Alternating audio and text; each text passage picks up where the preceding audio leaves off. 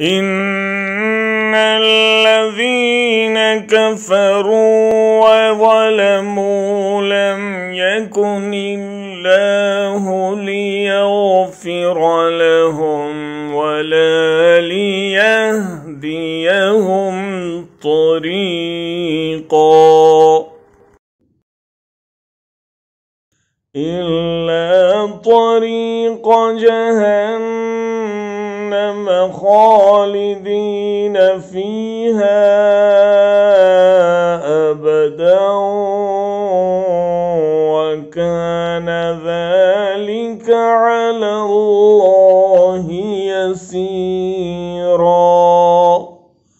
यकीनन वो लोग जिन्होंने कुफ्र किया और जुल्म करते रहे, नहीं होगा ये कि अल्लाह माफ़ कर दे उनको और न ही हिदायत देगा उन्हें सीधे रास्ते पर, सिवाय रास्ते के जहन्नम के रहेंगे वो जिसमें हमेशा, और ये है अल्लाह के लिए आसान।